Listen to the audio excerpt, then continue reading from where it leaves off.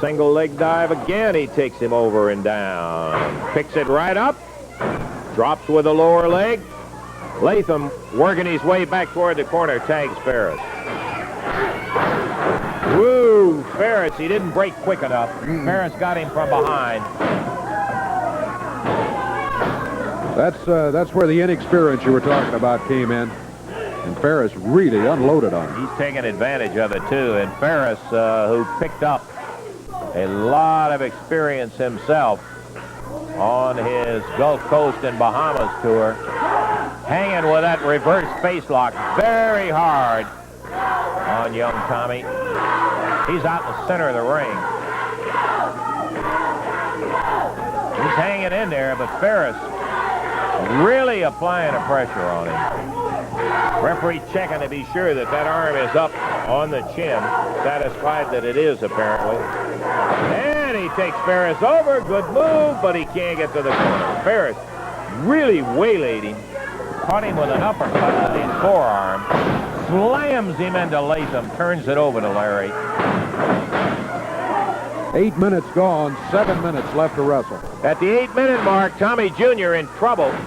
And he is being held over near the Latham-Ferris corner. Latham surfboards his arms back, plants that head in the middle, squeezing to take the strength out of him. Now with his knee down there, Tommy Jr. hanging in there. He's not likely to give it up right this minute. Boy, he is tenacious in that respect, too. A lot like his dad. Yeah.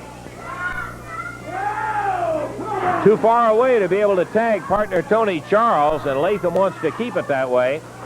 Trying to work his way out. And as the referee was running Wayne Ferris back to the corner, Latham reached up, grabbed the hair, and saved it as Tommy Jr. was airplaning out of that arm problem. Latham still with those arms pulled up behind, and now Tommy Jr. starting to spin on it. Doing everything. He's giving away weight, but he's still trying to force the arms over.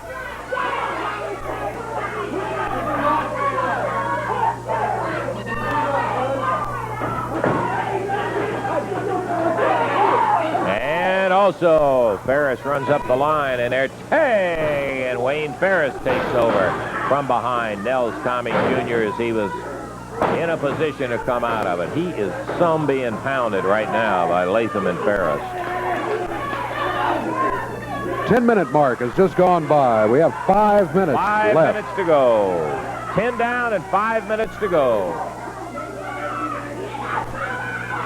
Wayne Ferris using his height to really pull those arms back.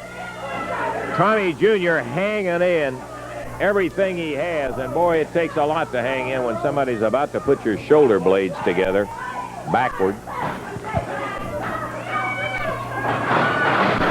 And a good move. Got out of it. Couldn't get to the corner, though. Ferris right on top of it. Latham back behind again. Boy, don't you know those shoulder blades got to be so sore. Where they have just been working on that. They could get a submission out of this. You keep it up long enough. A guy can only take so much. But young Tommy really hanging tight. Tony rooting him on from the corner, but he just can't do any more than that. He can't reach him. They've kept him away from that corner. Latham still hanging it. Tommy trying to spin out of it. He's closer to the corner. If he could just get a hand free now. Here comes Ferris. Nails him from behind it. Tony took all he could. He goes after Ferris.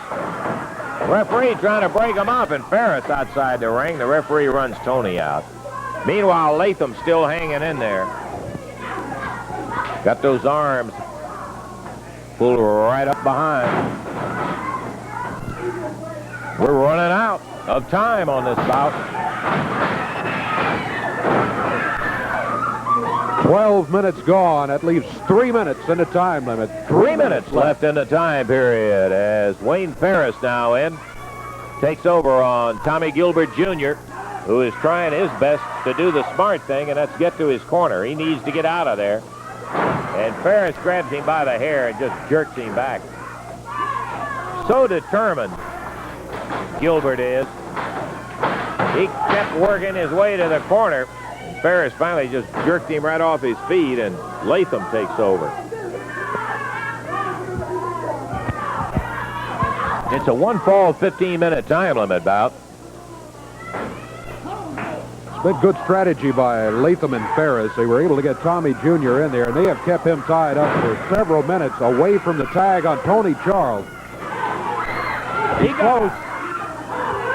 Didn't get it, though. Couldn't make it to the corner, no, sir. There are now 2 minutes. 2 minutes left. At the 13-minute mark, Latham and Ferris content to work on young Tommy Jr. But I'll tell you, they're not any closer to a pin because they haven't tried for one. And Tommy Jr. just determined he's not going to give it up. He keeps battling with them, and they're not too far from the time limit. Gilbert loose, tags Tony Charles. Here comes the Welshman. Beautiful cut. Oh, again.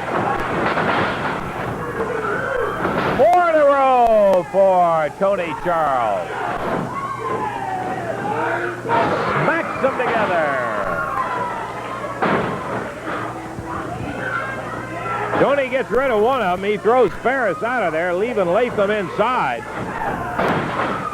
Puts the shoulder to him. 1 minute. We're at the 60-second remaining mark. 1 minute. Oh. Wayne Ferris pulled a rope down as Charles was going to take the spring, and he went right through the opening of the rope as Tony was going to take it on his back, come flying into Latham. Double clothesline on Tommy Jr., but our time is running down to the wire. 30 seconds. Ferris back in. Tony's knee is hurt. And they're double teaming Tommy Jr. and Tony hurt his knee. He may have hit that strut that stuck out. It fell out earlier. And Tony may have hit it right on the kneecap when Ferris pulled the rope down. 10 seconds. We're only 10 seconds away. As Tommy Jr. and they're taking the punishment. Here comes his dad.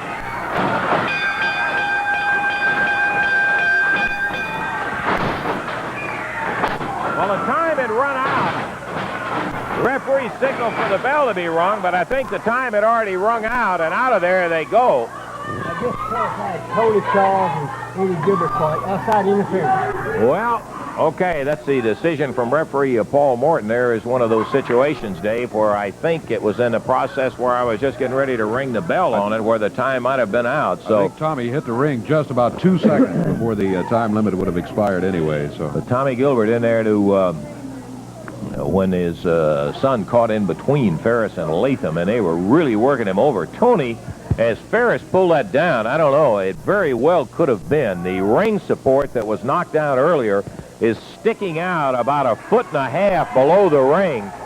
And when Tony flipped out of that ring, his